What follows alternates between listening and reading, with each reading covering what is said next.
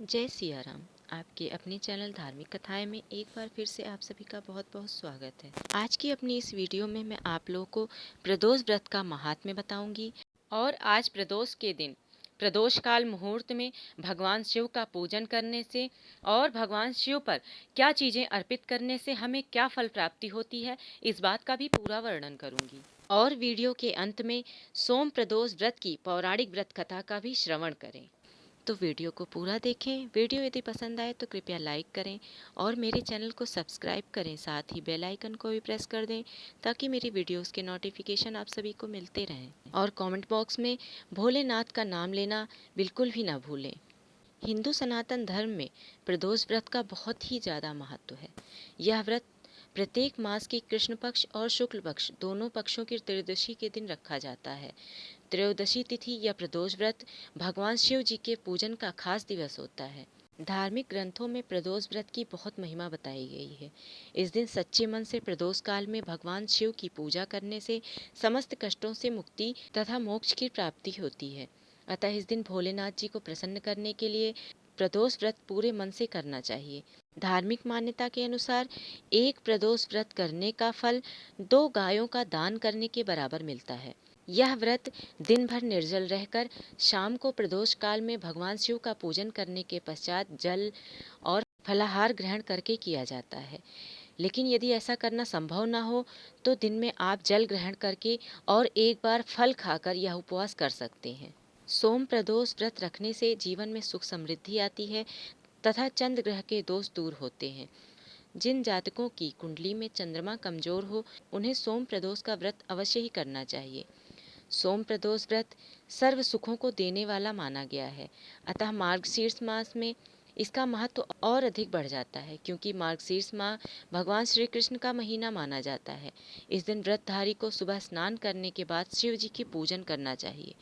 पूजन के समय भगवान शिव, माता पार्वती और नंदी को पंचामृत व गंगा जल से स्नान करा के बिल्वपत्र, गंध, चावल, फूल, धूप, दीप नैवेद्य चढ़ाना चाहिए।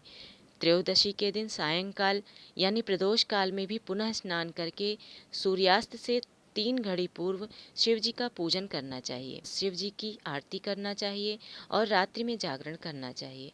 इस तरह से व्रत करने वालों की हर इच्छा पूरी हो सकती है। आज प्रदोष की शुभ तिथि पर प्रदोष काल मुहूर्त में शिवलिंग की पूजा और रुद्राभिषेक को बड़ा शुभ फलदायी माना गया है। मान्यता है कि शिवलिंग पर अक्सर जल और बिल्व पत्र ही चढ़ाया जाता है, लेकिन इसके अलावा भी बहुत सारी ऐसी वस्तुएं हैं जो भगवान शिव को अर्पित की जाती हैं। शिव जी का कई प्रकार के द्रव्यों से अभिषेक किया जाता है। सभी तरह के अभिषेक का अलग अलग फल दिया गया है। शिव महापुराण के अनुसार कुछ द्रव्य ऐसे होते हैं और कुछ वस्तुएं ऐसी होती हैं जिनको भगवान शिव पर अर्पित करने से विशेष फल प्राप्ति होती है। शिव महापुराण के अनुसार प्रदोष काल के समय शिवलिंग पर यदि हम गंगा जल अर्पित करते हैं तो इससे मनुष्य को मोक्ष की प्राप्ति होती है। यदि दही अर्पित करते हैं तो इससे हमें जीवन में हर्ष और उल्लास की प्राप्ति होती है। दूध से अभिषेक करने पर पुत्र प्राप्ति होती है और प्रमेह रोग की शांति तथा मनोकामनाएं पूर्ण होती हैं। गन्ने के रस से अभिषेक करने पर लक्ष्मी की प्राप्ति होती है। मधुयुक्त जल से अभिषेक करने पर धन वृद्धि होती है। शहद चढ़ाने से रूप और सौंदर्य की प्राप्ति होती है। वाणी में मिठास रहती है और समाज में लोकप्रियता बढ़ती है। घी चढ़ाने से हमें तेज की प्राप्ति होती है। शक्कर चढ़ाने से सुख, समृद्धि और ऐश्वर्य की प्राप्ति होती है। इत्र चढ़ाने से धर्म की प्राप्ति होती है। सरसों का तेल चढ़ाने से धन धान्य में वृद्धि होती है। जीवन में सभी भौतिक सुखों की प्राप्ति होती है। चंदन चढ़ाने से समाज में यश और मान सम्मान की प्राप्ति होती है। केसर अर्पित करने से दाम्पत्य जीवन सुखमय होता है। विवाह में आने वाली समस्त अड़चनें दूर होती हैं। मनचाहा जीवन साथी प्राप्त होता है और विवाह के योग शीघ्र बनते हैं। भांग चढ़ाने से हमारे समस्त पाप, समस्त बुराइयों का नाश होता है। धतूरा चढ़ाने से सुयोग्य पुत्र की प्राप्ति होती है जो कुल का नाम रोशन करता है। आंवला चढ़ाने से या आंवले का रस चढ़ाने से दीर्घ आयु प्राप्त होती है। गेहूं चढ़ाने से वंश वृद्धि होती है और योग्य संतान की प्राप्ति होती है तथा जो भी संतान प्राप्त होगा वह बहुत ही आज्ञाकारी और संस्कारवान होता है। चावल चढ़ाने से धन और सुख समृद्धि में वृद्धि होती है। तिल चढ़ाने से समस्त रोगों का नाश होता है। दूध में चीनी मिलाकर चढ़ाने से बच्चों का मस्तिष्क तेज होता है। आंकड़े का फूल चढ़ाने से सांसारिक बाधाओं से मुक्ति मिलती है और मोक्ष की प्राप्ति होती है। शमी के पेड़ के पत्तों को चढ़ाने से सभी प्रकार के दुखों से मुक्ति प्राप्त होती है। इन सभी के साथ साथ एक ऐसी वस्तु है जो भगवान शिव पर अर्पित करने से विशेष फल प्राप्ति होती है, वह है बिल्व पत्र। भगवान शिव के पूजन में आप कुछ चढ़ा सकते हैं या नहीं चढ़ा सकते हैं, आप विशेष पूजन नहीं कर सकते तो आपको सिर्फ 1 लोटा गंगा जल और कुछ बिल्व पत्र चढ़ाने मात्र से मनुष्य को धन संपदा ऐश्वर्य की प्राप्ति होती है।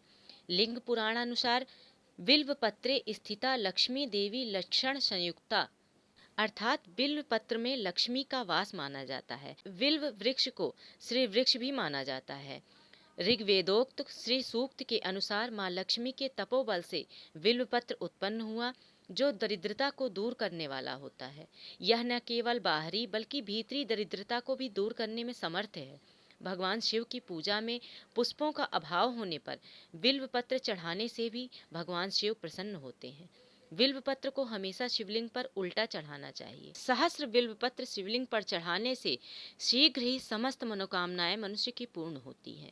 यदि आप सहस्र बिल्व पत्र नहीं चढ़ा सकते तो आप 5, 7, 11, 21 जितने हो सके उतने बिल्व पत्र भगवान शिव को अवश्य अर्पित करें। और यदि आप इन बिल्व पत्रों पर चंदन से भगवान राम का नाम लिखकर शिवलिंग पर अर्पित कर रहे हैं तो आपकी हर समस्या का समाधान हो जाएगा। आपके जीवन में जितनी भी समस्याएं हैं, जो भी आपको दुख हैं, जो भी आपकी परेशानियां हैं, सब समाप्त हो जाएंगी और आपकी समस्त मनोकामनाएं पूर्ण हो जाएंगी। भगवान शिव के पूजन में इन वस्तुओं को प्रत्येक व्यक्ति शिवलिंग पर अर्पित कर सकते हैं, लेकिन जिनके ग्रह खराब हैं तो उनके ग्रहों की शांति के लिए भी कुछ विशेष वस्तुएं उनको अवश्य ही अर्पित करनी चाहिए। तो यदि आपका सूर्य खराब है तो भगवान शिव की पूजा के समय शिवलिंग पर जल से अभिषेक अवश्य करें। यदि आपका चंद्र खराब है तो कच्चे दूध में काले तिल को डालकर उससे भगवान शिव का अभिषेक करें। यदि आपका मंगल खराब है तो गिलोय की बूटी के रस से अभिषेक करना चाहिए। यदि आपका बुध खराब है तो बिधारा की बूटी के रस से भगवान शिव का अभिषेक करें। यदि आपका बृहस्पति खराब है तो कच्चे दूध में हल्दी मिलाकर शिवलिंग पर अर्पित करें। यदि आपका शुक्र खराब है तो पंचामृत से भगवान शिव का अभिषेक करें। यदि आपका शनि खराब है तो गन्ने के रस से शिवलिंग का अभिषेक करें।